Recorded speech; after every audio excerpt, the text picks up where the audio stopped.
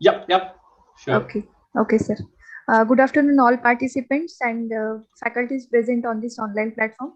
Today, we have the second session of this food and automation training course. And today, we have Mr. Vinay Singh, Dr. Vinay Singh from Germany with us for giving the lecture on IoT in food processing, IoT in food trade and retail management. Vinay sir completed his BE from Pune University and then he completed MBA from Mannheim Business School, Germany. After it, he completed PhD in National Central University, Taiwan. And currently, he is working as a senior data science manager in BASF SE in Germany. Uh, Now he will give the his lecture to you. Over to you, Vinay sir. Great, thank you. I hope you can see my screen. So I have multiple screens. So I hope you can see a presentation. Uh, are you able to see my presentation as an Yes, sir. IoT input? Yes, sir. Yes, sir. Yes, Yes. sir. Awesome. Great, thank you. So first of all, a warm welcome to all of you. I hope it's not so warm in India right now. Usually this is the month when it's really high temperature. So are you all from Parbani or are you located in different part of India? Sir, they are from different parts of the India, and one of them is from Nigeria. Okay, because I was in Parbani a couple of years ago. So one of my colleague was there. He was studying there. So great. Okay, so I think some people are still okay. Perfect. So let's start. So first of all, thanks a lot for giving a short introduction about myself. Already, yeah, you introduced me, but just to give a small addition to that. So um, I work here as a data scientist, and major of my research or area of work is into artificial intelligence and machine learning, wherein we try to implement industry 4.0. So we try to see how the research what we are doing in universities and a different research institute, how can we bring it back to industry, how can we leverage that. So implementing industry 4.0, using internet of things and other such technologies into a real world problems is what I do always, or what I intend to do. Whenever I have time, I also write. So I have written a couple of books and research paper. The most recent one being writing on no, the most recent paper which I wrote was on digitization of food industry, enabled by Internet of Things, blockchain, and artificial intelligence. So this is in press right now. It will come in next few weeks, which will be published under a heading called Advances in Food Engineering. So that's a brief about me. And the agenda for today is, is it's very simple. First and foremost thing, the next 2 hours should be a dialogue. Yeah, so it's not going to be a monologue. It's not only me who will be speaking. So you can interrupt me anytime. You can ask your question anytime. You just need to raise your hand, and then you can ask your questions. So for the next 2 hours, I will try to discuss a little bit about how the agriculture has evolved, because there is a symmetry that we can see how agriculture has evolved and how the industrial evolution has happened. So we will try to find a synergy between industrial revolution and the evolution of agriculture. Then we will move back to the core concept of this session, which is Internet of Things. We will try to touch. I will not go so deep, but we'll try to touch that technical aspect. More in terms of what is Internet of Thing, what are the different components of Internet of Thing, what is so special about Internet of Thing, yeah, and how this all different components of Internet of Thing can be used for our purpose, in industry. Then we'll move to supply chain area. We will discuss how different aspects, different stages of supply chain, in the food industry, what are those stages and how Internet of Things can help in those stages. Yeah, so right from when you buy the seeds, when you put it into the farm, when you put water, right from there till production of a food grain. Yeah, we will try to see all the stages, and then we'll try to link how Internet of Things can help us in all those stages. Then we'll try to also have a look at Internet of Retail. Yeah, how this technological changes that is coming right now across, with every month, every day we are innovating and inventing new technology, how this technology have impacted the retail industry itself. So from Internet of Things, we will broaden our scope. We'll try to see a bigger picture of Internet of Retail. And then we will have a further discussion on some of the use cases, how Internet of Things in food retail, what are the different use cases, how different companies are using it. And at the end, we'll conclude with proper question answers, where you can also ask in detail some of the questions, or what are the future research that is going in the market. So I will leave the floor open for you to ask your question. But having said that, you can interrupt me anytime. You can ask your question anytime, whenever you have any burning question and you feel, this is something which I didn't understand.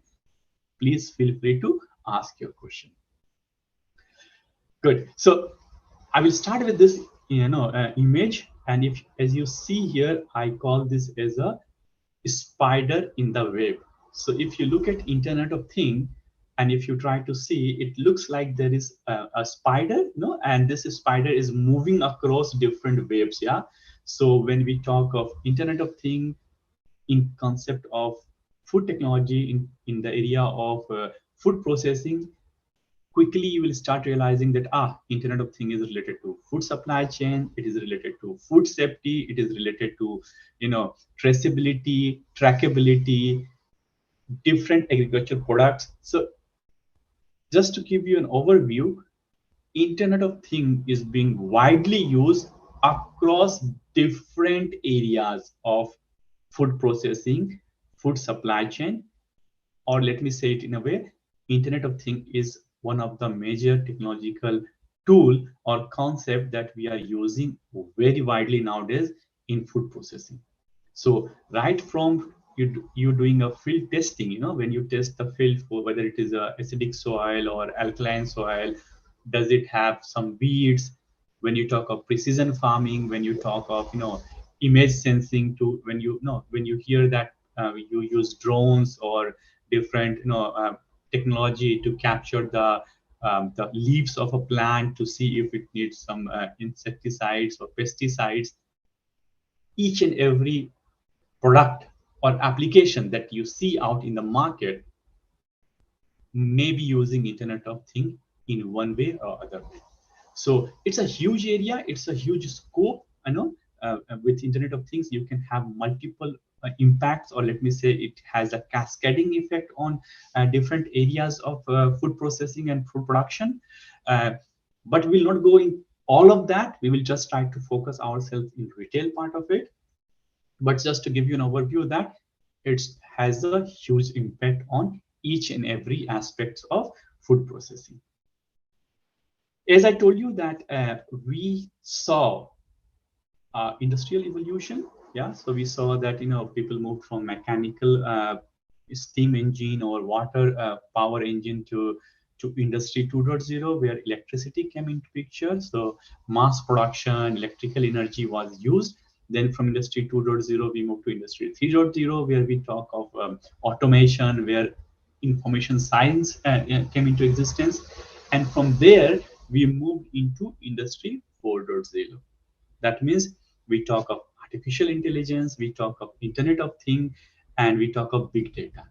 And this transformation, which started somewhere around 1784, when we invented the machine loom, it has seen decades of innovations. It has seen changes across different generations. Yeah. In contrast to the industrial evolution, we had seen a similar pattern of evolution in our agriculture also. So if you go to late 80s, in 1700, you will see that people were doing more of manual work. We were driving things with bullock cart, we were using horses, we were using donkeys. Different animals were used for different aspects of farming. And from there, something around, just before the revolution or around the green revolution, we started seeing, tractors are being used. People have started using fertilizers, pesticides, and if you will map it, it is around the same time when the industry 2.0 came into existence. That means we moved already to electricity. Yeah. So in the industrial area, we were already started using electricity. And in the farming side, we started moving, using tractors and pesticides and fertilizers. As the industrial revolution, gained speed, and as we started moving towards more automation and information science, all of a sudden in farming also around early 90s, so 1992, 1994, you started talking about guided system, precision farming.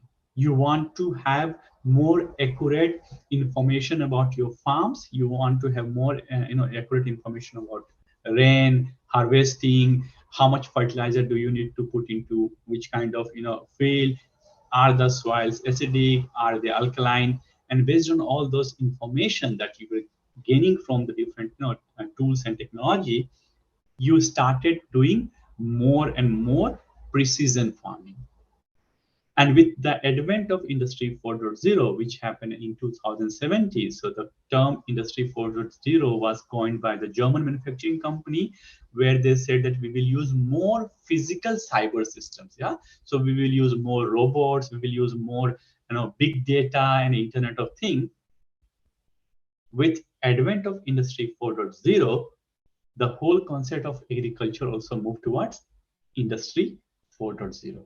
That means you wanted to reduce the human effort, you wanted to reduce the, labor intensive efforts, and you wanted to also make sure that the food that is getting, produced at your farm or anywhere is more safe, is more adult free, and it doesn't have adulteration, and it is more secure. That means you wanted to have a autonomous farming, trustworthy food processing, and food supply. That means you say that if this packet of, say, I don't know, peanuts, if it says bio, then it should be processed in a, or it should be cultivated in a biological environment without any fertilizer, without any pesticides. The challenge is, how do you validate this claim? How do you make sure that the companies which are claiming that this food is a bioproduct, or this food is without pesticides or without herbicides, how do you validate? And that's where Internet of Things, blockchain, and the other concepts or component of Industry 4.0 will come into play. So this is how we have evolved as a, as agriculturalists, as a people who are doing cultivation and agriculture, in contrast to the industrial revolution that we have seen. So right now, from last 10 years, I will say, last 10, 15 years, or say 13 years precisely, we have been talking a lot about Industry 4.0. We talk about Industry 4.0 can do this, and it is doing a lot of automation, and the production plant doesn't need so many human, everything can be automated. And all these concepts have been bundled into different components of Industry 4.0. So in principle, the industry, all the manufacturing company, they have agreed to have 9 different components of Industry 4.0. So when I say 9 different components, so they have given classification of different activities or different applications under 9 different components: big data, simulation, Internet of Things, cybersecurity, automation and robotics, cloud computing, augmented reality, system integration, and additive manufacturing as the 9 components. So this is the bigger spectrum of Industry 4.0. Today, our focus is only on Internet of Things. So we will have a closer look at Internet of Things. What is Internet of Things? What are the key technology which are enabling us to, to do Internet of Things? How it is impacting the retail industry, and what are the different applications of Internet of Things in food industry, and how Internet of Things has made changes or brought changes into retail industry, for of course for good. And we will also see what are the challenges of implementing a Internet of Things in context of food industry. Do you have any questions till now?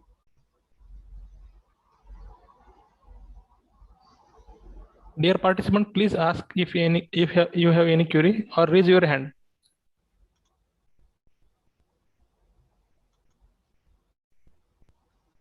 Please feel free to ask your question anytime. Whenever you have any question, please ask. Yeah, means don't hesitate. If not, then that's it's okay. Miss. Yeah, if it's so, please feel free. Yeah. So by definition, Internet of Thing, or you might would have heard a lot of people saying Internet of everything, Internet of something, Internet. So they just use any word instead of things. But the whole idea here with Internet of Thing is that you want to connect any physical object with which you want to sense, collect, and exchange data internally or externally with the environment. So I could be a thing, you could be a thing, a mobile could be a thing, anything which has the possibility to collect data, process the data, make some exchange of the data. So for example, when you use a phone, you can make a call, it's receiving your call, means you're sending your voice, somebody is listening it. So any such device, any such physical thing, a human being, a mobile phone, or even the lights or the heat exchanger or the heat sensor, thermometer, any of this could be called as a thing. Yeah. And when you connect all these things to create a network, then it is called Internet of Things. That's the basic definition of Internet of Things. The objects, any object, which alone as a standalone system or device can be monitored, can be controlled, can be remotely controlled. If they can be connected to an internet or to a network, then it is called as a Internet of Things. Now the question here is that, is Internet of Things a technology or is it a concept? So in principle, Internet of Things is a concept. And to implement this concept, you have different technologies. Yeah. So you use different technology to enable Internet of Things. So when you want to dig deeper and say, hey, what are the different technologies or what are the key technology which is enabling Internet of Things? So for example, if you go to some supermarket, and when you do your billing, they have this RFID RFID reader. Yeah. So they put this in front of the barcode, and it can scan everything. So RFID is one of the technology which enables Internet of Things. Wireless sensors network are another one. All these small devices that we are talking of, the sensors, the thermometers, the light, the indicators, all these small nanotechnology gadgets which you can put anywhere, the headphones or the camera that right now we are talking through, all of these are enablers. So there are a lot of smart technology, nanotechnology, middleware. What is middleware? Middleware is something which lies between two different systems. So for example, a middleware could be something like your network. Yeah, your phone network could be a middleware. You talk to with your friend via middleware, via this network.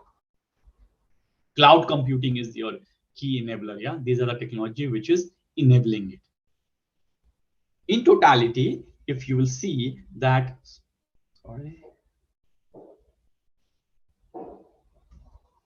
in totality, you will see that we define the different types of technology or different types of enabler for Internet of Things into three categories. Physical sensing layer. This is the layer, or these are the devices which are closest to the thing. So for example, the thermometer, yeah, you want to measure my body temperature, then you need the thermometer, correct? So the thermometer itself will be the physical sensing layer. It's the thing which is closer to me, correct? Now the purpose of this thermometer is what?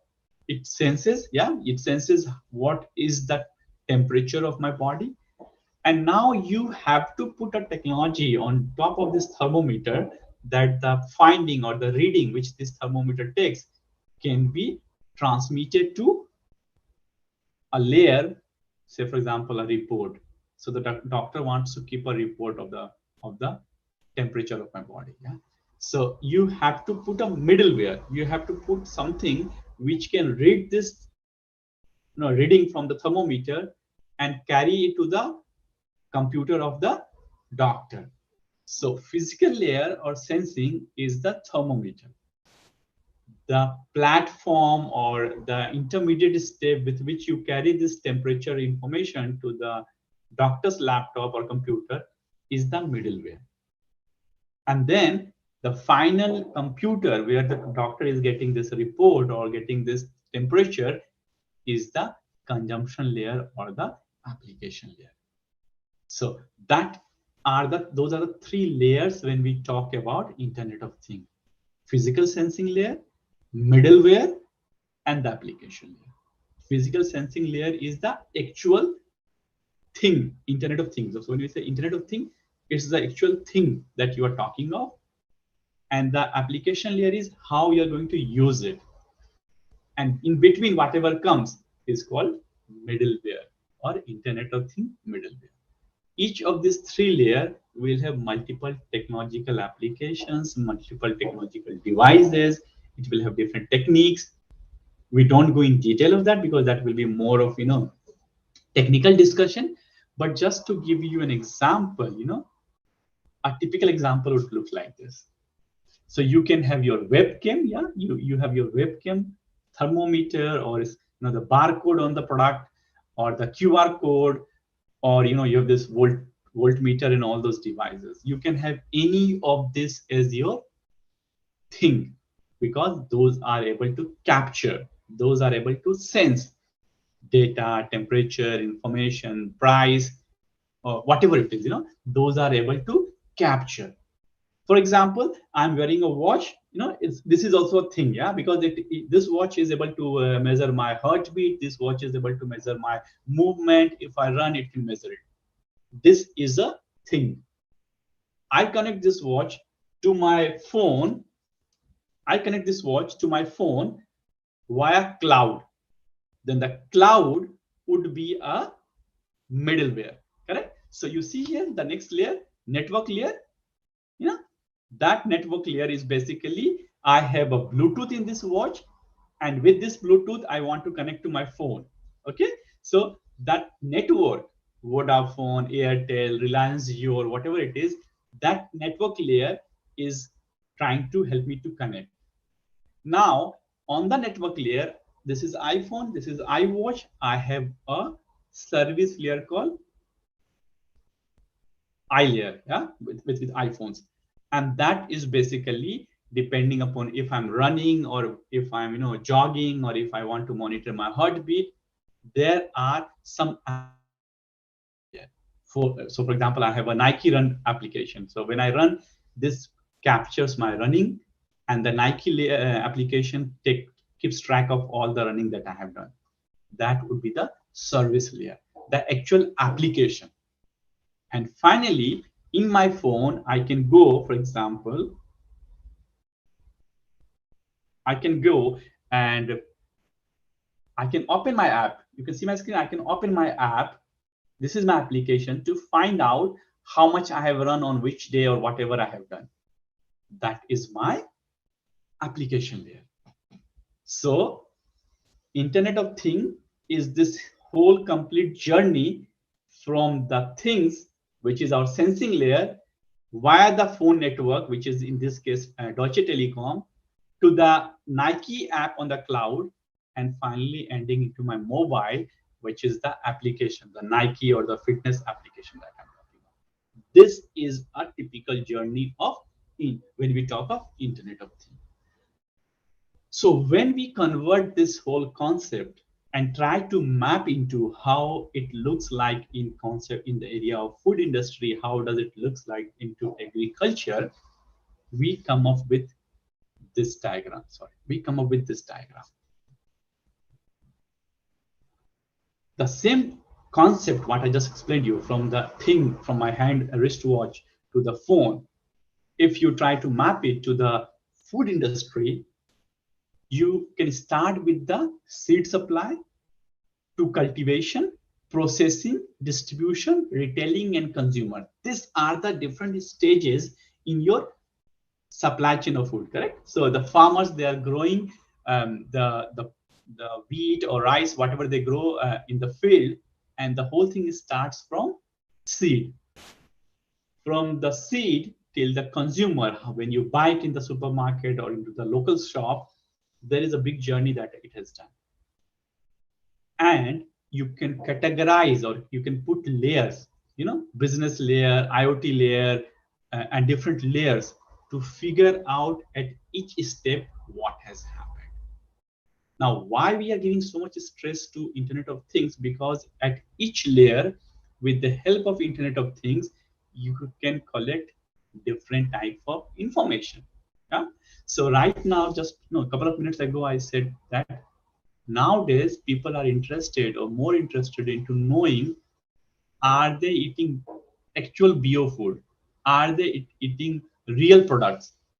Is the apple that they are eating, or are the mangoes that they are eating, are those mango real Alfonso mangoes, or are they produced into to a lab? The color of the watermelon, is it a natural color, or have somebody put a color on the watermelon? How do you find that? And this is where Internet of Things comes into picture, because with the barcode scanner, I can find out, or the information that is provided, I can find out whether the seeds that were used was genetically modified seed, or were they natural seeds. With the help of Internet of Things and with the QR code, I can find out what are the planting time, which fertilizer was used, which pesticides was used, when was it harvested, is it actually following the regular harvesting period, or is it something which was produced or enhanced chemically? Even though I work in a chemical company, I should not say that, but that's what we want to know. And after the cultivation has been done, with the help of Internet of Things, you can figure out the certificates that the company is showing, that this is actual food processed with this raw material, and there was an inspection done, the shelf life of that is correct. All of this certificate can be verified or authenticated with the help of information that you collect on the Internet of Things. And then with most of the food product, the biggest challenge that we face with most of food product is that they have a shelf life. Yeah. So the milk might get ruined in 2 days, the butter might get wasted in next 3 days, or the sweets that you make, or the vegetables, each of them have a shelf life. To extend their shelf life, you would like to put them into a freezer, or you want to keep them warm or hot, depending upon what you are talking of. That means when the food from the field or from the processing unit was transported to the shop, was proper temperature maintained? The routes that it took, was it a good route, or was it filled with a lot of hazardous gas, or I don't know, polluted area? That can also be tracked down with the help of Internet of Things. And finally, as I said, at the retailer in the supermarket, if a product has arrived there, even keeping them at supermarket is challenging and costly, because it can happen that many of the product, and it happens a lot, and there's a lot of fraud also that happens. Many of the products that are lying in those retail shops, the supermarkets, they have expired. So the shelf life can be known, the shelf life, and we'll see some examples in the industry how the companies are using for shelf life. can be known with the help of Internet of Things. And finally, you and me as a consumer have access with the help of Internet of Things, have access to the data, which is keeping or giving us information that whatever I'm buying is an actual product with actual details, what is written there. It has not expired, or the contents are correct, it's not genetically modified, or whatever kind of information that you need, it could be tracked down with the help of Internet of Things. So of course, in this diagram, this is again a chapter from one of our book, where we discuss all the other technologies. So I'm not saying that it's only Internet of Things that is providing you all this information. Of course, artificial intelligence, big data, blockchain, there are a lot of different other technology which will be enabling this. But yes, Internet of Things is one of the key component if you want to know or if you want to keep a track of all the stages of food processing or food industry in a typical supply chain. So in essence, when we talk of Internet of Things, in essence, Internet of Things is, when you talk of Internet of Things, you want to give, or you want to have an ability to generate and maintain and process data. And whatever you generate and maintain and process, that data you want to share with different stakeholders. You want to share with different devices in your network. Could be your computer, could be your smartphone, could be your tablet. You want to share it with your network so that each of the stakeholder can benefit from the data that you have collected and can process it for different business needs. Now, there are numerous examples of Internet of Things application. Every day, knowingly or unknowingly, you are using or you are working around Internet of Things as tools and techniques. Your refrigerator, for example, has a lot of sensors, so it tries to modulate your temperature from outside to inside. So if the outside temperature is 40 degree, the refrigerator automatically changes the temperature. You can be at home, or for example, the lights. Nowadays you can control your lights with your mobile, or the heater, or the air conditioner. You can change the temperature of your air conditioner with your mobile. These all are examples of Internet of Things. So whenever you are interacting with another physical system or things via your different handheld devices or via different network Hello, sir. devices. Hello, Yeah. Vinay, sir. Sorry to Yeah. interrupt you, sir. Yeah. Actually, one participant, Nitin Takte, raised his hand. Yes, please. Yeah, please, Nitin, go ahead. Yes, sir. I have a doubt regarding the configuration. You have shown a blockchain layer. So, is it always the case, or only where you are developing solutions where traceability is important, this blockchain layer is included? Yeah, that's a very good question. And as I said that, so here in this particular example, which we were bringing here, we wanted to bring traceability in the food supply chain, and for that purpose, we use blockchain. So I will not say that it's only about traceability. It could be also about if you want to create smart forms. So wherever the data integrity is a challenge, where you want to maintain that integrity of data, then you should go for blockchain.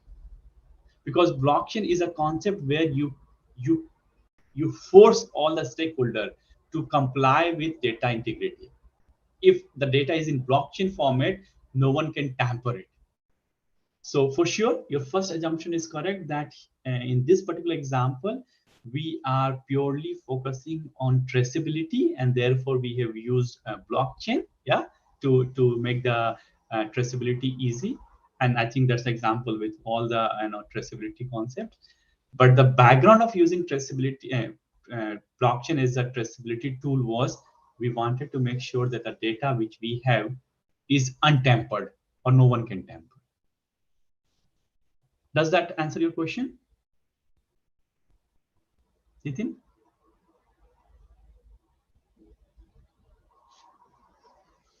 Are you still there, Nitin? I think there will be any problem with his mic, sir. Okay. But in chat box, he Okay. said yes. Okay, perfect. Good. So that's the first piece that we have been using, or we are using Internet of Things knowingly or unknowingly around us. Yeah, we have a lot of applications.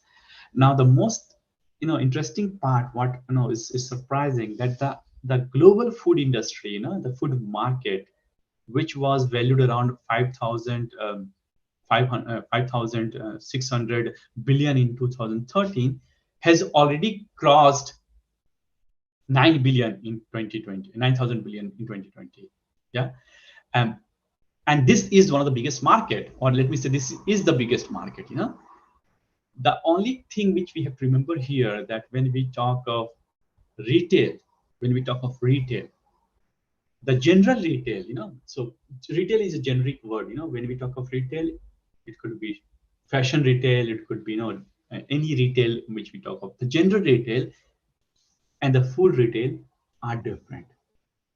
There's a big difference between them. And what we have seen in last couple of years, that the general retail, they have been using Internet of Things already. They have been using it.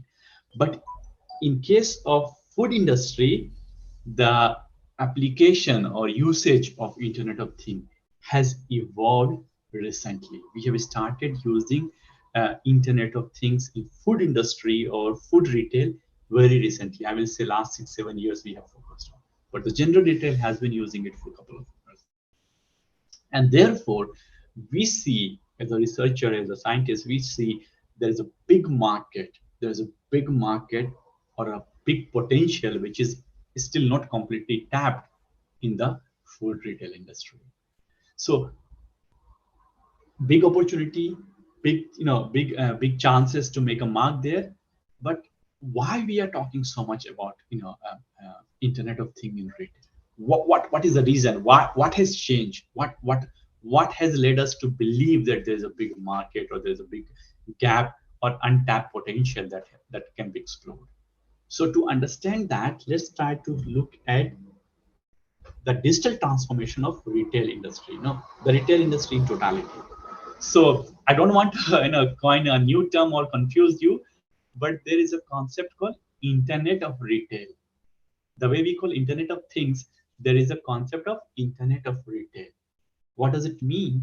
It means that there is, multi-site retailers. There are different kiosks. You can buy products. So you can go to a kiosk, you put money and you get the Coca-Cola, or I don't know, milk in, like for example, in the Mother Dairy in Delhi, you can take your container, put the coins, you get milk.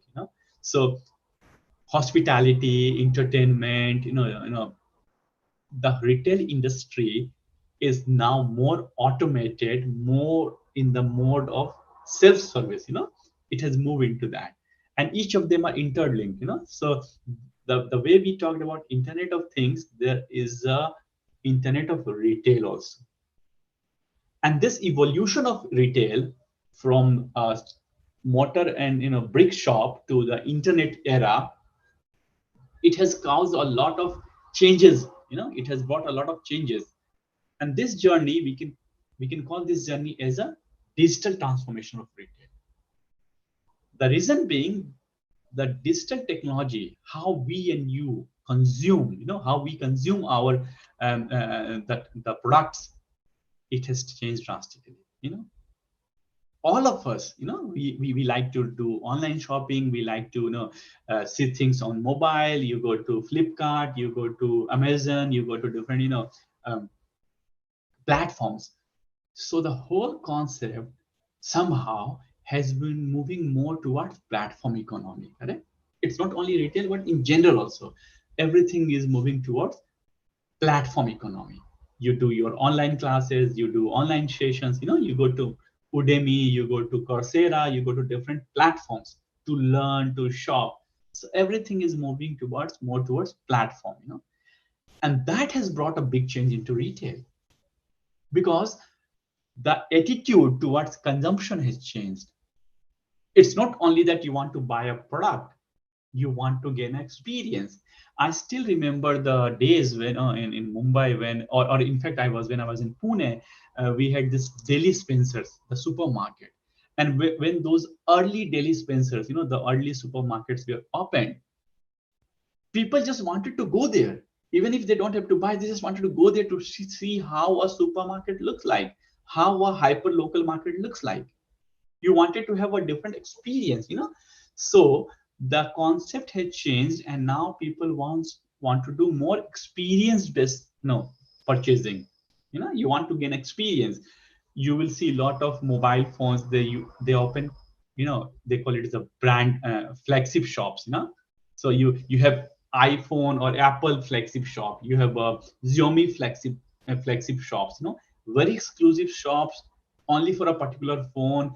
And you have touch screen, you have big monitors, big LEDs lying there, you can touch, feel, and you can use some headphones to have be in a virtual reality world. So you want to have an experience. And unlike past, the whole channel for retailing, the whole channel for for selling such kind of products had changed drastically. In the past, you only had a physical stores, but now you have a physical stores, you have online stores. You can also do shopping via Facebook, via different social media, Instagram. You also can like your product. You can also comment about your product. You can also reach out to the customer care via the social media. A lot of mobile communications are happening. You have a chat board. You can chat with the customer care. You can do WhatsApp. And also in many public spaces, all these coffee machines, water machines, they are kiosks.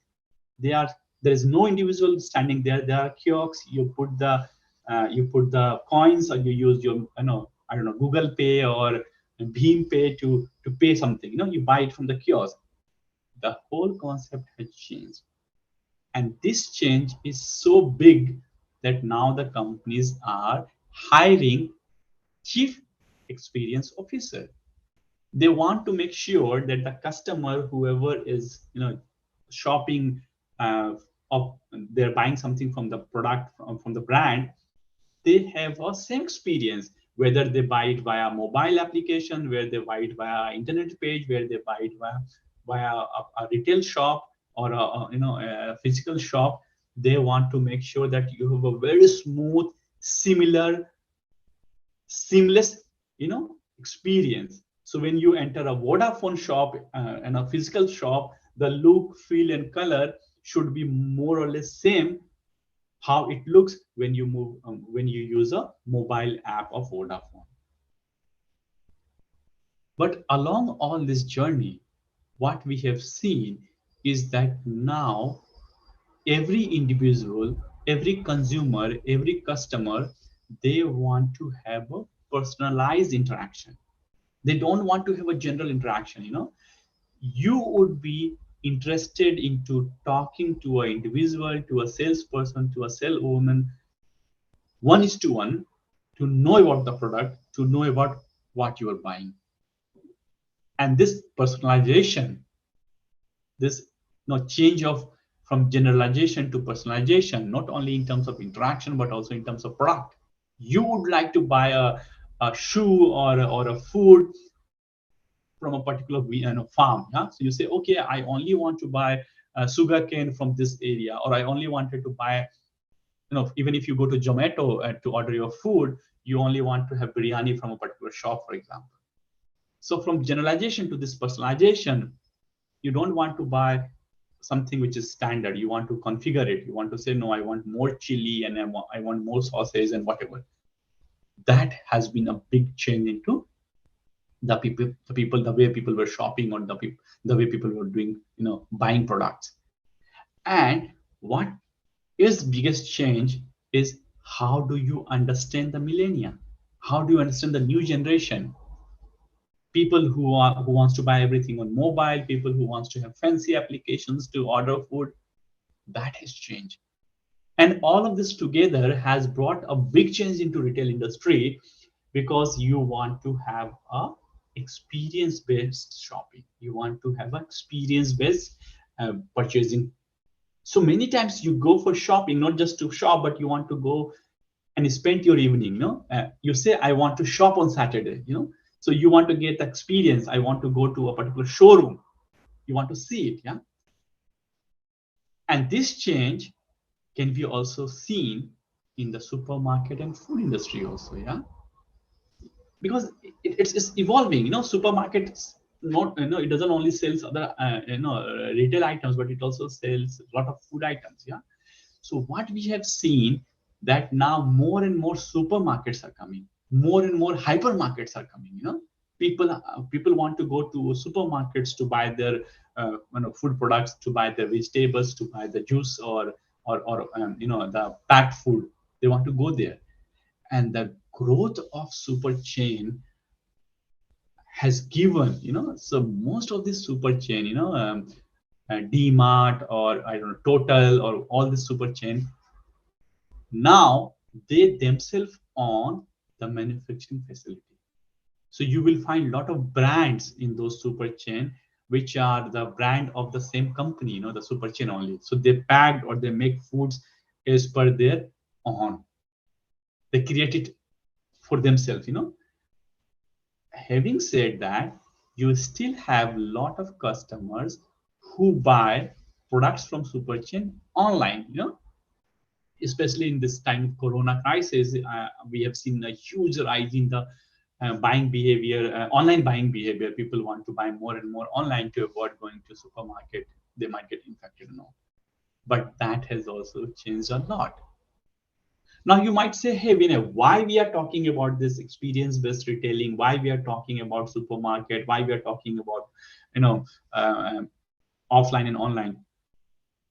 Have you ever thought that when you go to a supermarket or a grocery shop, why do you always find sugar next to milk?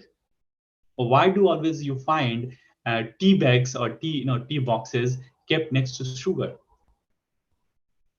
The layout of a supermarket is a very well designed thought process.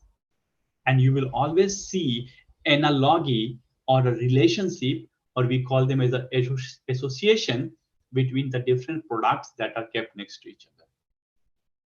So as per the association rules, we know that if someone is buying milk, he or she might need honey or sugar with it, because normally you drink milk with sugar or honey. Or if you are buying milk, you would be buying it for making tea or coffee. If you buy sugar, there are high chances that you also need milk and tea. And therefore, you try to keep all this next to each other so that people can pick it up easily. Or after seeing it, they can recollect, I not only need milk, but I also need sugar and tea to make my tea. And this all is the idea or the layout. It always comes when you collect the data. So in the supermarkets, you have a lot of cameras which are monitoring what people are buying, what is the frequency of buying of those products, and based on those data that we collect, you do an algorithm. It's called market basket analysis, MBA. What you put into your basket, shopping.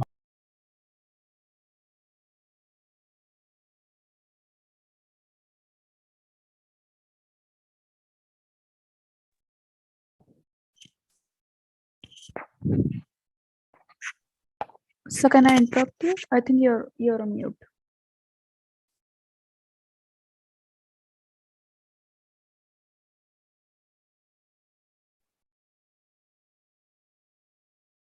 Hello, Vinay sir.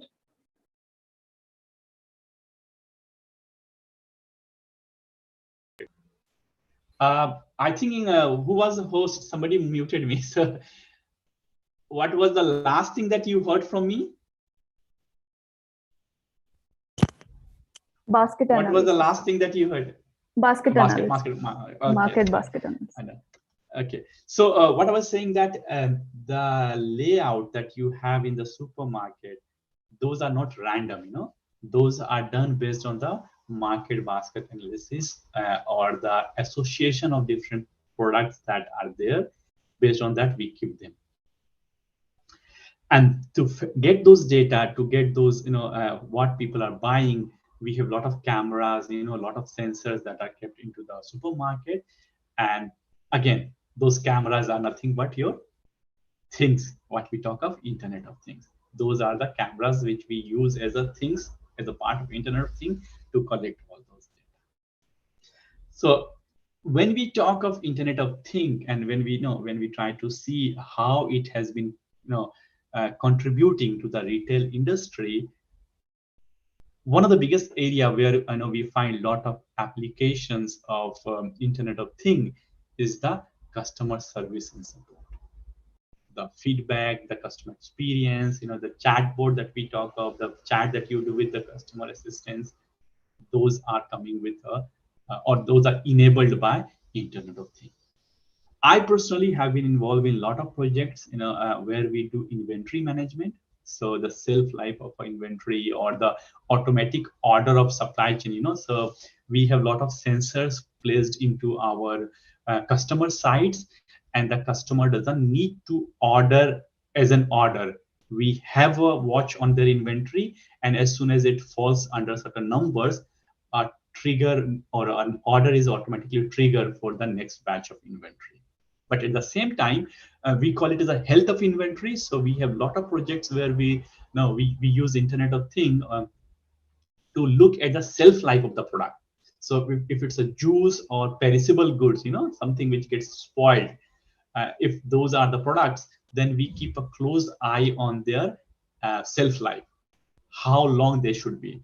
And I'm not sure if you have been observant, but if you go to the supermarkets, normally you might lot of things on discount. The juices are on half price or 40% discount. The milk is on some discount, and there is a new yellow tag on that saying that it is expiring in 2 days or 4 days. So for the companies also, it becomes more, or it makes more sense to offer discount on such products whose shelf life is going to expire, so that it doesn't get wasted and that will be sold on a discount price, so that the companies or the supermarket can gain something from there. And for the consumer also, if so, for example, if I'm going to consume some milk today itself, I can still buy some of the milk which are on discount, which has 2 days of shelf life left. So that is also a big part of or contribution of Internet of Things in terms of inventory management. So not only triggering the next batch of inventory, but also keeping a close eye on all those products whose shelf life is going to expire, or which has. So you prioritize those sales, you put discounts. And for sure, with the rise of Corona crisis and such a pandemic, what we have also seen, there has been a huge rise on the customer engagement, how you engage with the customers, to keep them engaged with your stores. And other than that, for sure, you have a lot of marketing communication happening. Transportation and logistic is a big area where Internet of Things is contributing. If you ask me in a non-retail concept, of course it can be connected to retail industry, but in a non-retail concept, Internet of Things has been very, very much useful in concepts like predictive maintenance. What is predictive maintenance? That means before something breaks, you already know that it might break, and you maintain it, you replace it, And Internet of Things has been, I will say, life savior there. Just to give you an example, world's largest chemical company, they have a plant here in Germany. It's 7 kilometer long and 5 kilometer wide. Single plant, single plant, 7 kilometer long, 5 kilometer wide. It's world's largest chemical site. They have their own power plant. They produce power equivalent to the power that is needed by the Copenhagen city. I'm just trying to give you the bandwidth, how big it is. They have their own harbor, they have their own port.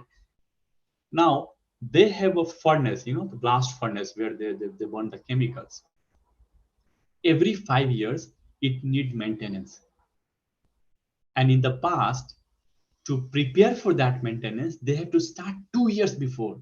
So that means every third year, they already have to start the maintenance cycle, to maintain that furnace.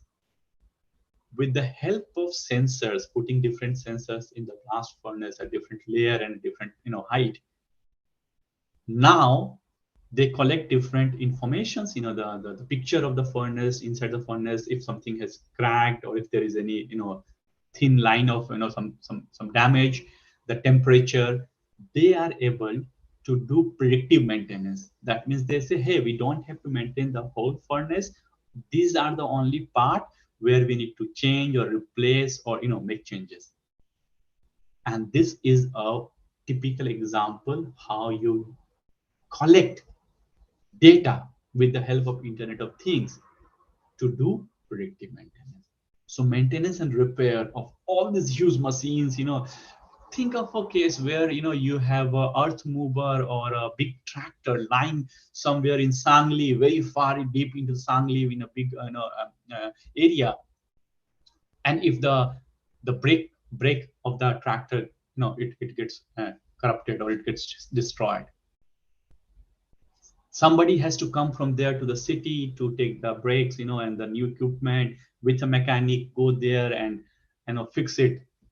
It might be the tractor might be lying there with unused for next 2 days, in the peak season. Could happen.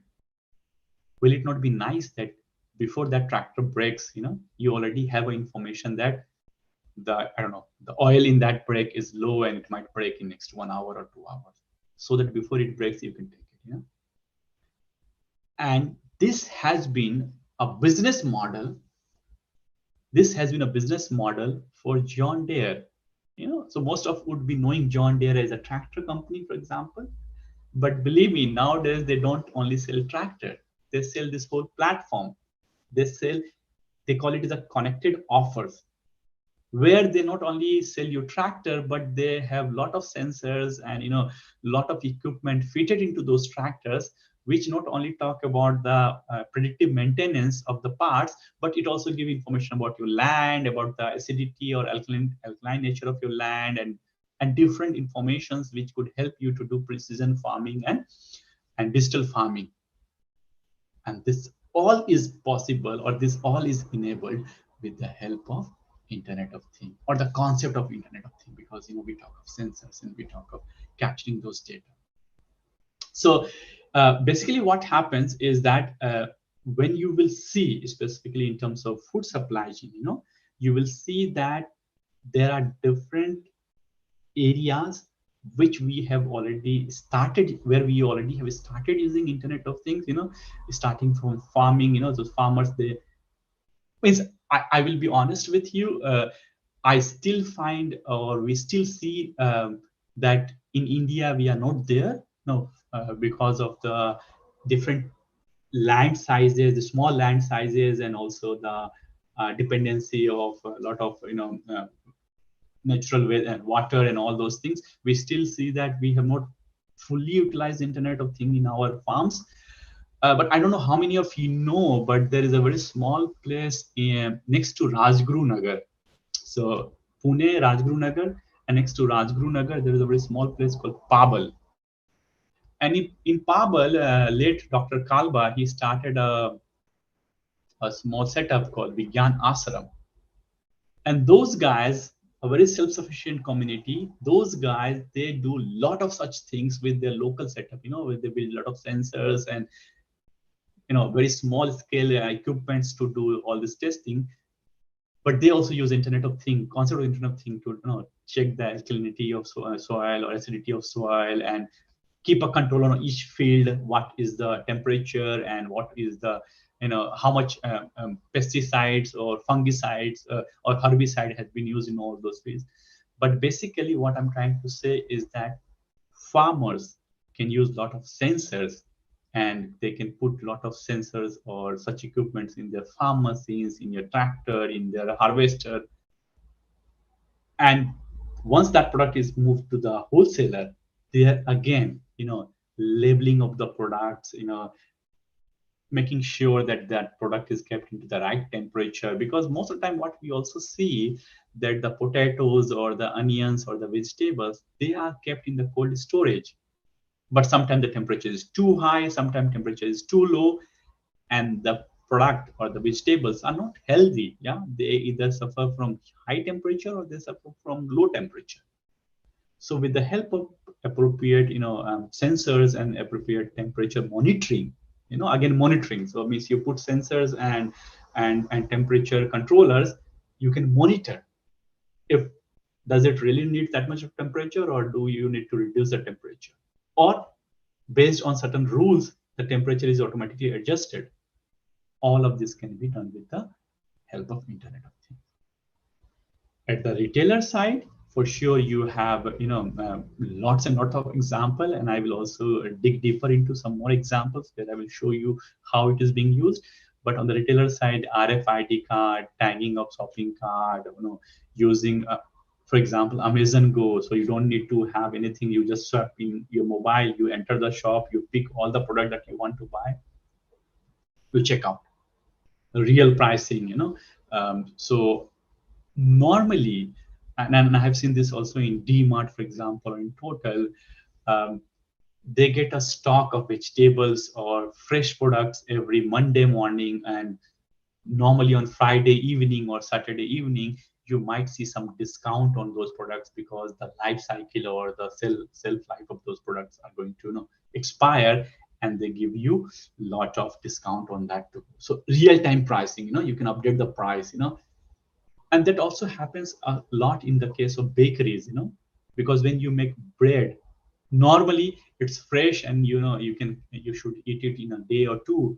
And as soon as you see, or the bakery sees that the breads are not moving fast, it's not selling, they put offers on that.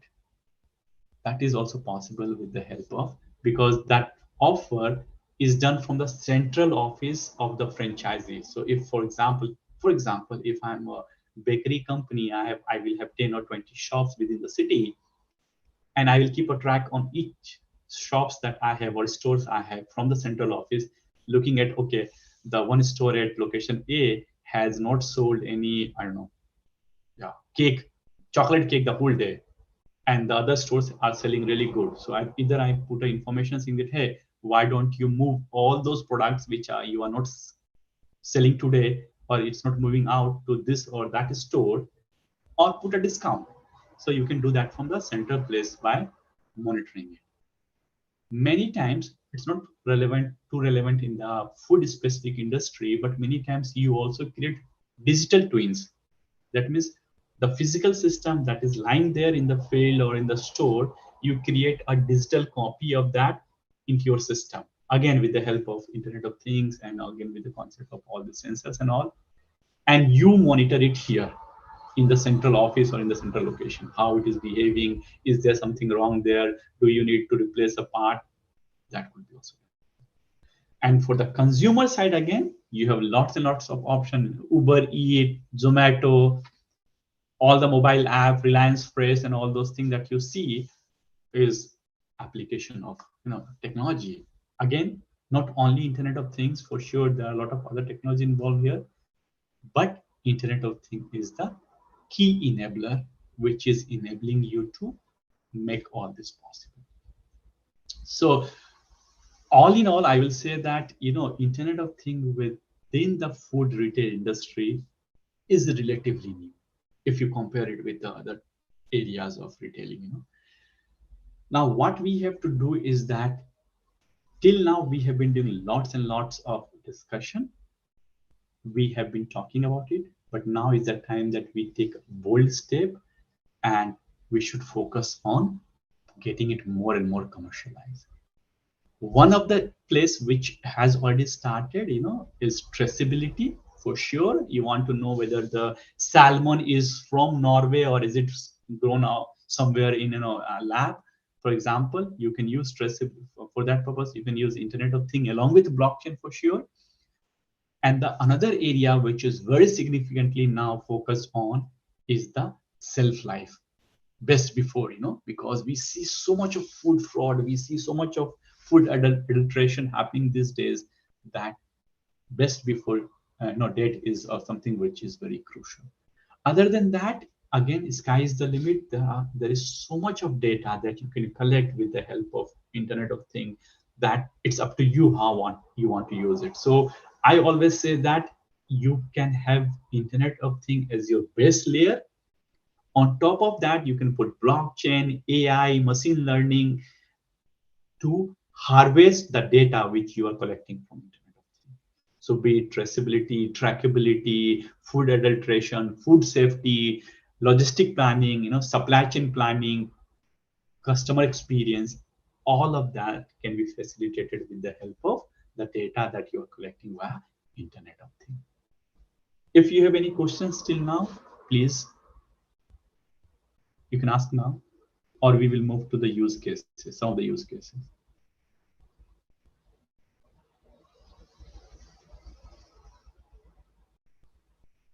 Okay, no questions, that's good. So some of the use cases, just to give an example of how the supermarkets are using it, means you have to look at the number of the smart shelves, for example, in the supermarkets. They put a lot of smart shelves. That means the shelf where you keep these products, they are intelligent to capture the data, and they know if there are milk lying in that shelf. With the help of RFID, they know that this milk will have or they can capture the information that this milk has a expiry date of so and so, and that needs to be moved fast, or we still have time. They do it. So as I said, that they will put a new sticker on that saying that it will expire in 2 days, and with a discount you can buy it. Also, this company called Kroger, what they have done, they put all this RFID card, and they also put that if it's it's like a sophisticated shop. In this case, it's a very sophisticated shop. So what they have done, they have connected this different. So when I go to, for example, Kroger, for example, I have a buying pattern. I buy milk, I buy sugar, I buy tea. Now what they have done, they have created, or they call it the customer digital grocery list. They know that every time when Vinay comes for shopping, he will buy all this product. So when I enter the shop, and if I go in front of that particular shelf, a green light will glow.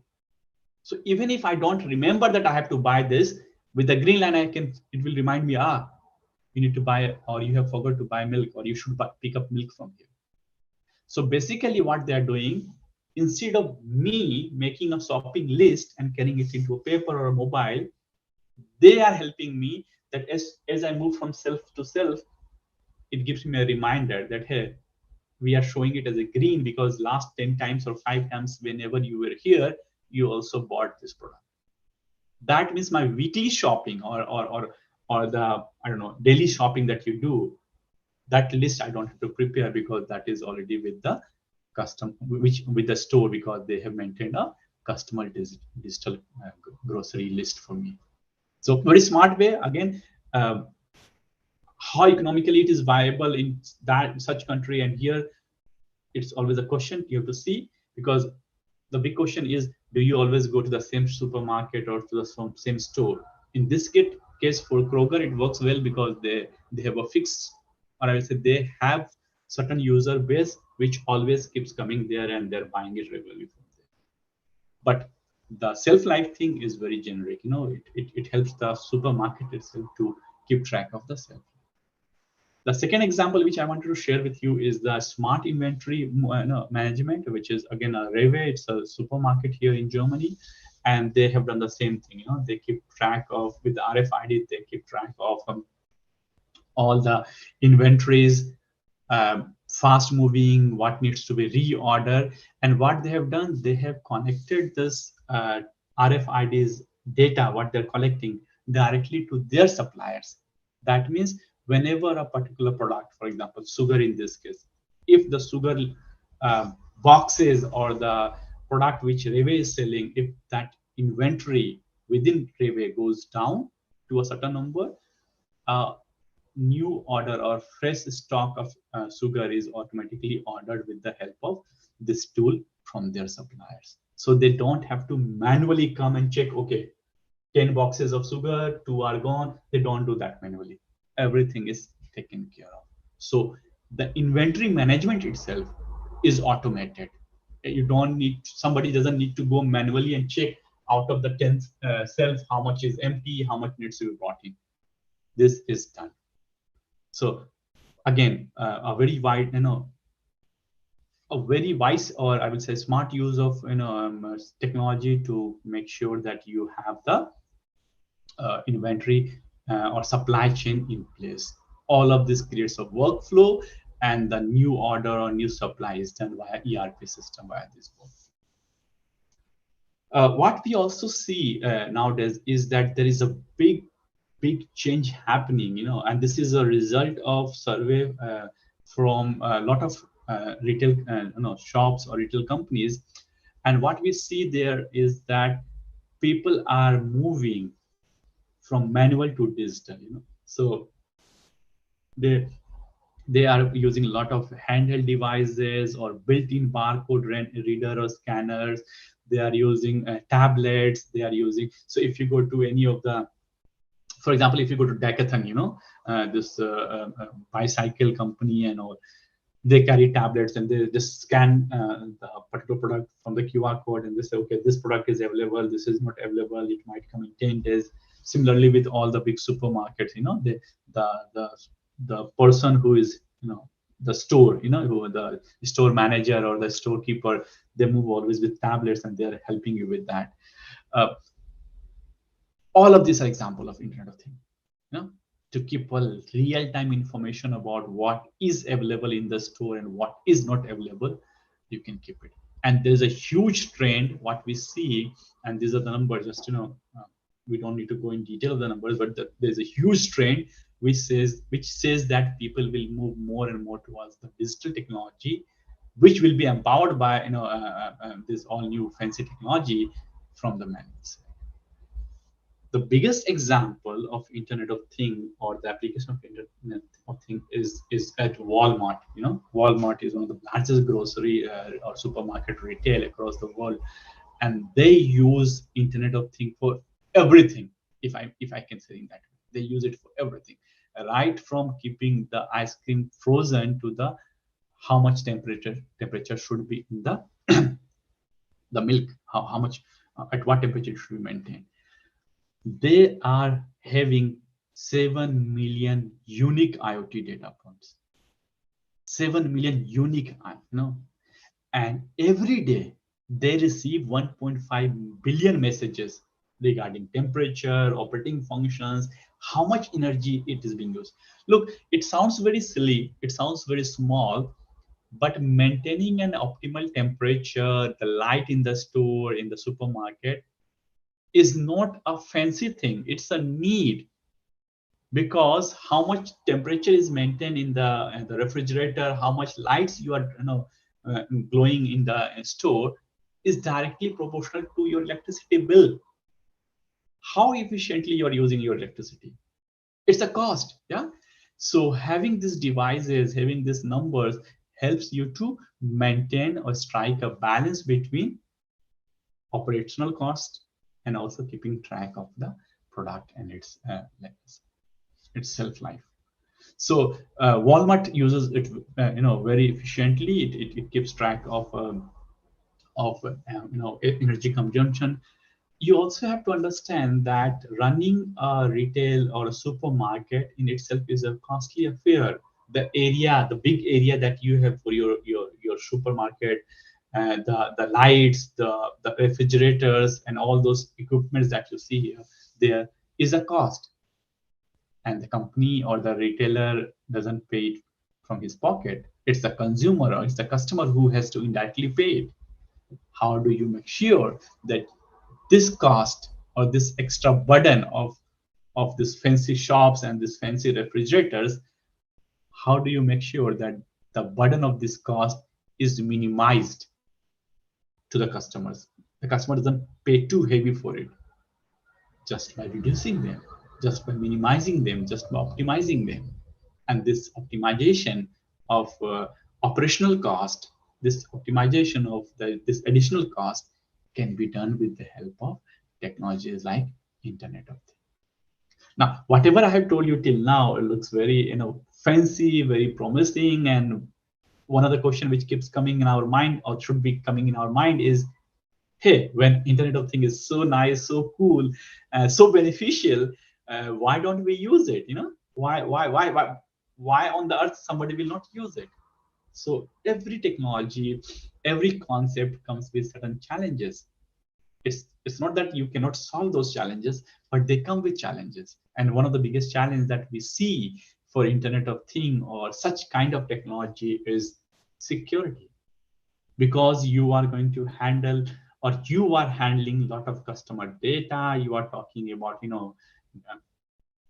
customer data, their buying behavior, my grocery list. You know already what I buy every day or every week, and you can have a close look at my eating behavior, and you can say, oh, this guy eats so much of milk or any particular thing, and he might have a lactose problem. And you can sell this data to some of the pharma company or doctor, or some I don't know, hospital. So data security is a big reason, or a big problem. And this is where the retailer company have to work very hard. But for sure, in such cases, you should always work with the IoT software developer, or the company which provides it. Make sure that they are secure. Means you can improve it, you can work on it. You should make sure that the data which you are collecting, you have a consent of your customer, and at the same time, it doesn't get leaked. Yeah, so you have to work on the security. The biggest challenge which I feel is the infrastructure. The devices that we talk of, those are not so cheap. They are damn costly. The sensors that we talk of, the example which I gave you about the blast furnace of a chemical company, each sensor on that furnace, one sensor, very small sensor, it could cost you like 20,000 euro. So will I have a return on investment? Will I be able to make so much of money that I get return on that kind of sensors which I'm talking? Because we are not talking about one sensor, we are talking of 100 of such sensors. So you have to also look at infrastructure, how much cost is involved, are there special orders which I had to make, can I get a return on value of that particular infrastructure? All that you have to do. So it's nice to have it. Is it that you really need it? Do you have a business case of it? Is something which the companies often struggle to find. They always keep thinking, okay, I really like the concept of Internet of Things. I would love to have all this temperature and customer experience, but might be not for me or for my store, because we are too small or we don't have a return on investment on that. Data management is another topic which you have to think of. Are you able to manage the data? Can you analyze the data?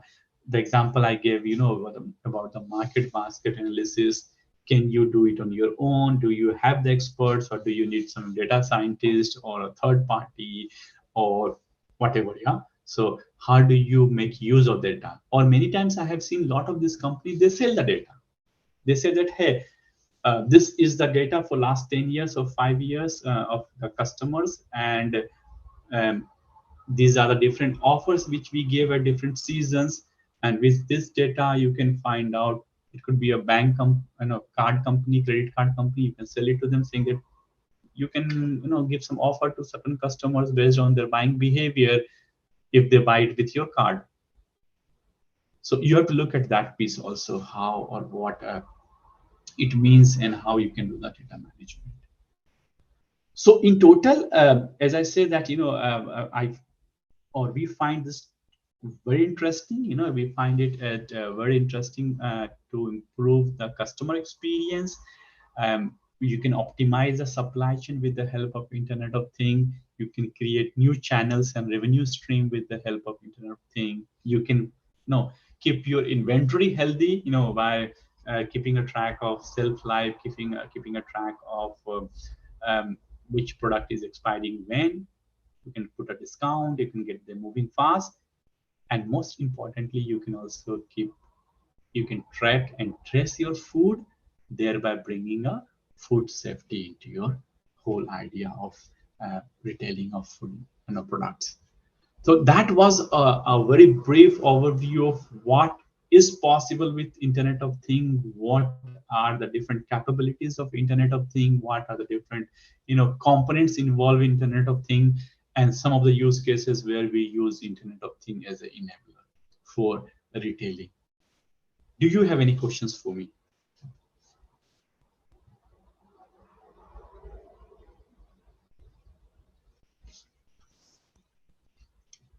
No questions? Questions?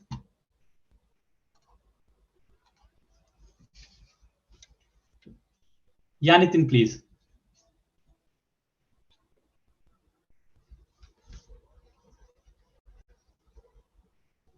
Can we unmute Nitin? Yes, sir. I'm unmuting you. Yeah, Nitin, please. Yeah, sir. Can you talk more about the technical side of the network layer? Especially, when remote transmission of data is concerned, like say, if we are developing some IoT solutions, which will be, say, for example, related to agri sector, and we need to, have this data remotely. What technologies are used? What is your experience? I mean, you must have come across many such solutions implemented in other countries. So there are, network issues even with the mobile phones. So what technology is adopted to transmit the data remotely? Can you tell us more on that? Sure. So normally the projects that we have or what we do to be on the safer side, we always have one of the network provider as a stakeholder. So what we do always is that we go in collaboration with one of the network providers. So say, for example, in this case, in most of my project, we have Deutsche Telekom. Deutsche Telekom is something similar like BSNL of Germany, yeah.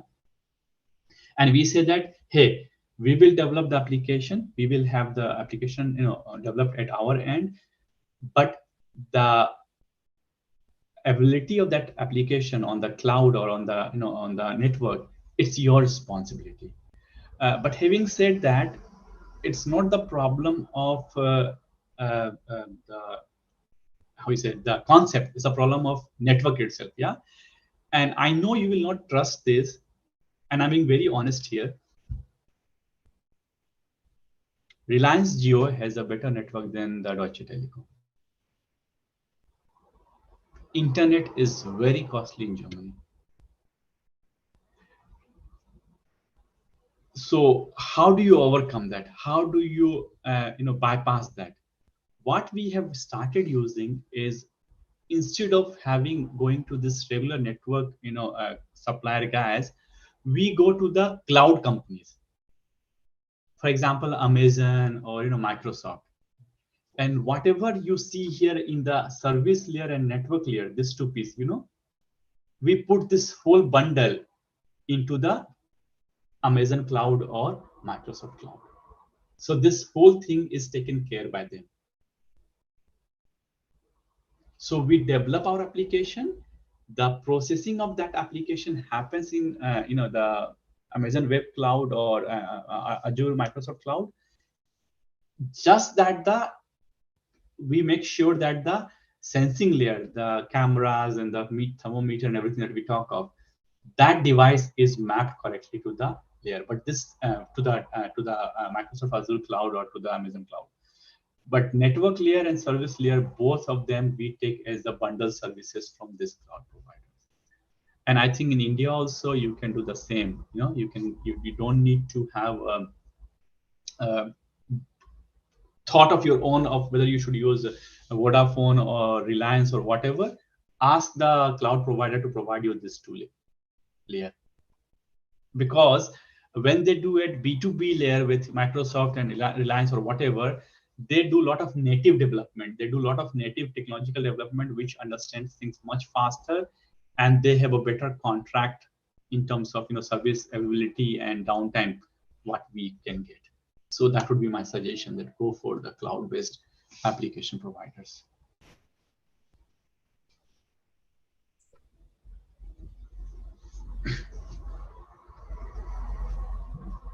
Yes, sir. One more participant yeah, please. Raised his hand. Dhruva, sir, Yes, please. can you please unmute yourself? Hello. Hello, sir. Hi. Hi. Hello. How are you, sir? Very good. Thanks for asking. Okay, sir.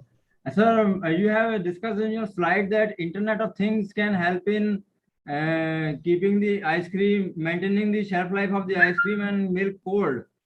So could you explain the how this machinery or what electronification of the things with the Internet of Things can help in the in this application?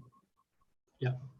So there are two parts to that. First part is that first and foremost thing that each product has its own shelf life. So if you keep it in normal temperature or a normal condition, it will be valid, or it will be in a good shape till say 1 week.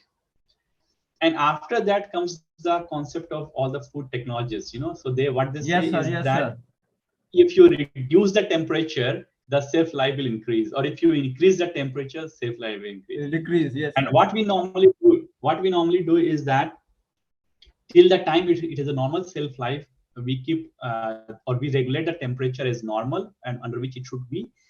And as soon as we see that it is approaching end of shelf life, we start playing with that temperature.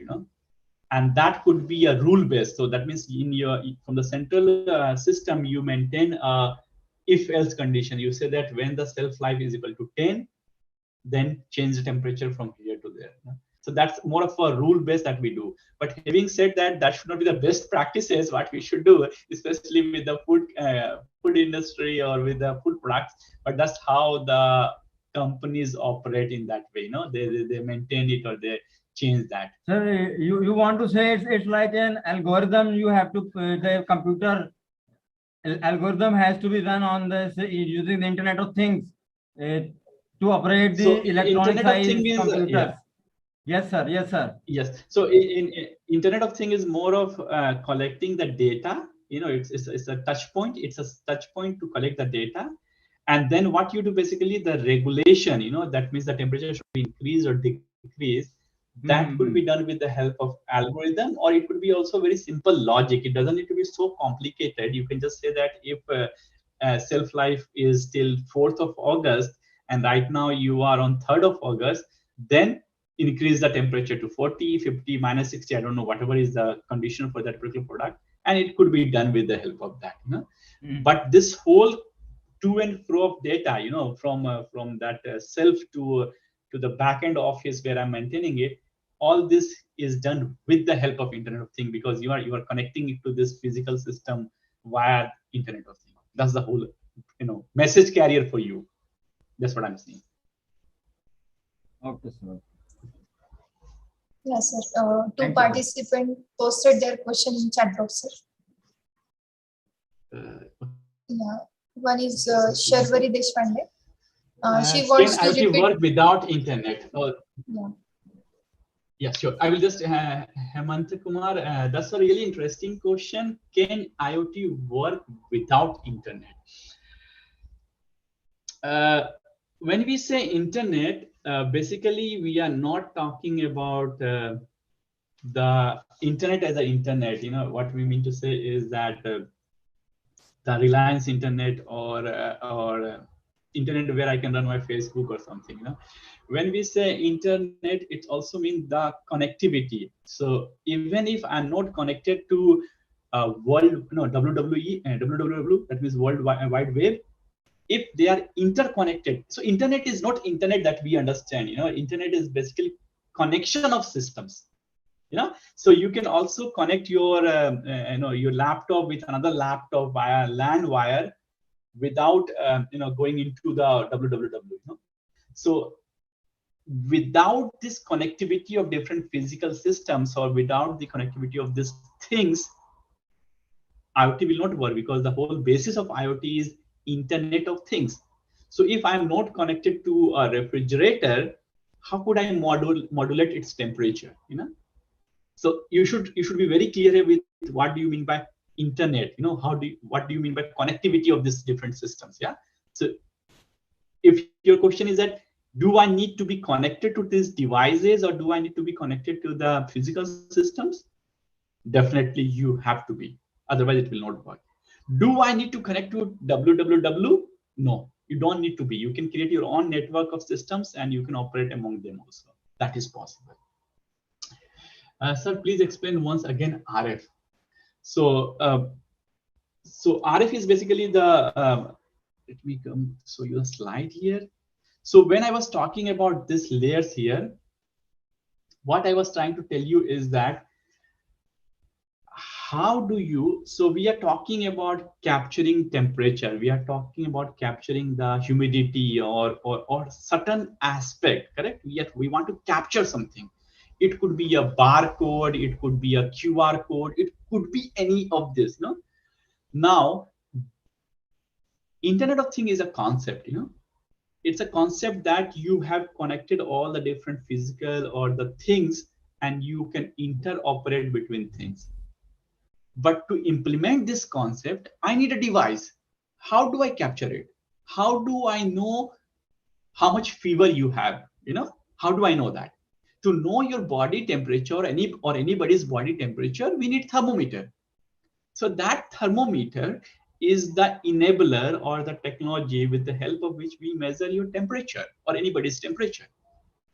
That means that thing, thermometer, is the actual physical sensing. It goes, you put it in your ear or wherever put your thermometer to measure temperature. Radio frequency identification is a thermometer to read the labels that you have put into the different products. That's how we use it. So it's part of your physical sensing layer. That is the thing which can help you to read. Now, why radio frequency? Or radio frequency was never meant as what we see it right now. It's way ahead of its time. It came almost 12, 13 years ago. And at that time, I don't know how much you are aware about the barcodes that you see. It looks very simple, those barcodes. Let me check if I have some barcode here. No. Or for example, if you see this QR code. So what does it mean? Each of them has so much information. If you will look at the barcode essentially, for example, it contains information whether this product could be sold in Germany. Is it a community good? If it's a food product, if it's a milk product, it could be transported across Europe without any additional taxes. It contains all those informations, and in the past, or for example, for chemicals, is it a hazardous chemical? Is it an inflammatory chemical? What it is, those barcode has those information.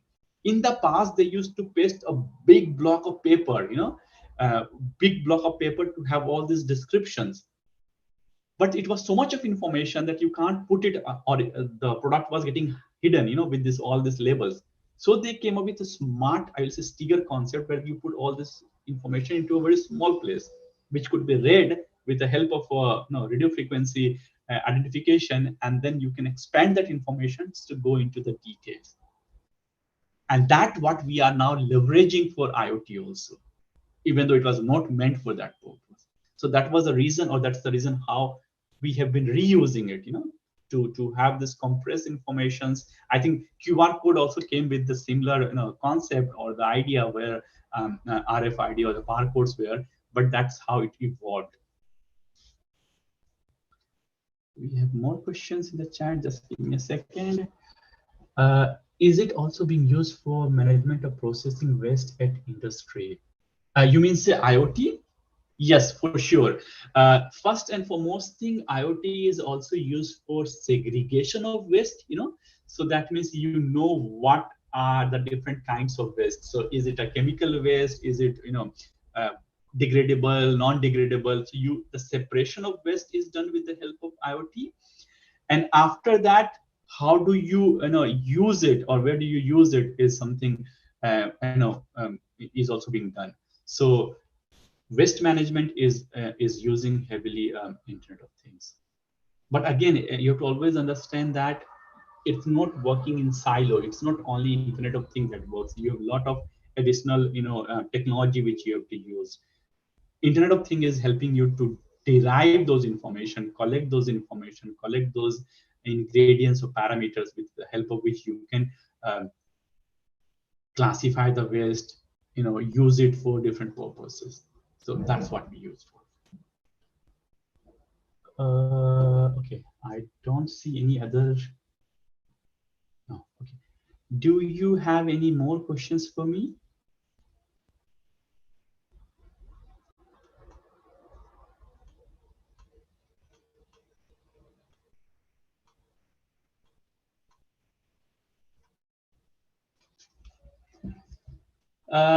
If no more questions, then it was nice talking to all of you, and I hope this add values to you.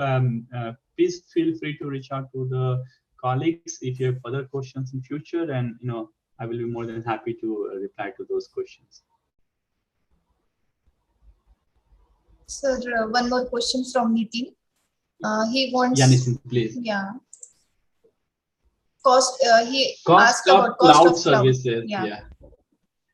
So Nitin, as they say, it depends. Yeah. So what you want to do with that? So do you want to so do you want to offer your services, or you want to consume some services? You have to reach out to the cloud provider to get it. So if, say, for example, you have developed a solution and you want to deploy your solution or your application on cloud, in that case, for sure, depending upon how much memory and how much space you need, it will be directly proportional to that. So it could be some hundreds to thousands, depending upon what kind of cost, what kind of a model you want to deploy there. But honestly speaking, I cannot give you a ballpoint number there. Depending upon your usage and depending upon your application, the cost will vary. So you should reach out to the cloud providers. You can reach out to Reliance also. They have also Microsoft, or you can reach out to Amazon. Normally, you can start building your model there for free. So they do have this 1 month or 3 months trial periods. Where you can go and start deploying your solution. Again, it depends upon do you want to use a private cloud or public cloud, or you want to use some inbuilt services. But you always have the possibility to give a trial. You can try and explore it for some time. Once you are sure you want to go live, you want to be productive, and then you can start your counter with them. But in that case, you have to reach out to them. I don't have a ballpoint number. So if you say, what is the model?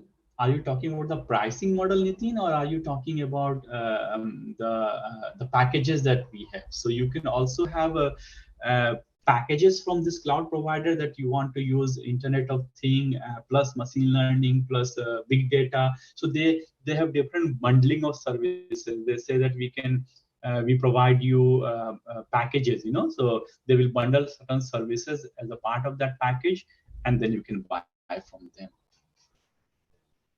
So depending upon your need, you can reach out to them.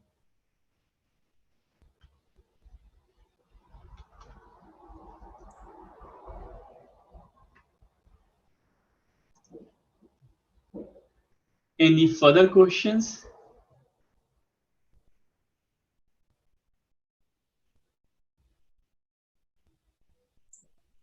Participants, if anyone have any question, please raise your hand. Or you can type in chat box.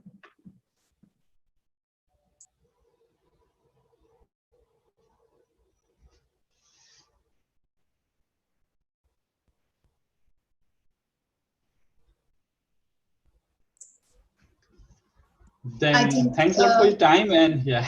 Yes, Sorry, I yeah. think they don't have any doubt. Thank you, sir, for nice and informative presentation. Thank you all the participants for interactive session. Thank you all. Thank you, sir. Thanks everyone. Bye-bye. Sir, can you share the PPT with us so we can share with the Yeah, participants? sure. I will. Yeah, sure. I will send it over the email. Yeah, which I have. Okay, sir. Yeah. Apurva ma'am, sir, Vinay sir, before proceeding, can we have a group photo that is screenshot so we can have a memory of this beautiful session? We just put a screenshot, sir. So I request everyone to switch on their camera. Please everyone switch on their camera. Show our beautiful faces to everyone, sir. Please everyone switch on their cameras. Show us, sir, that. Check it, sir. Just 1 minute.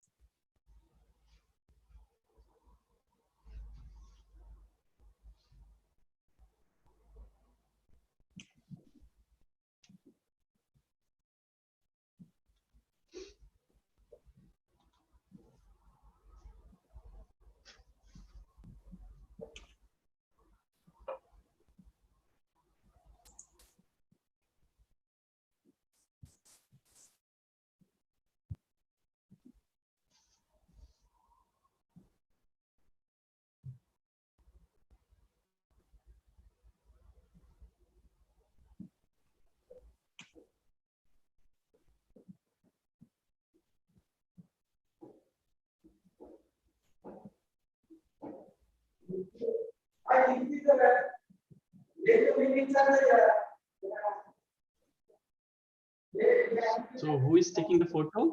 Someone is taking the photo already, or Avinash, sir, are you going to take the photo? Yes, sir. Yes, sir. Yes, sir. I will. Okay. Okay. Thank you, sir.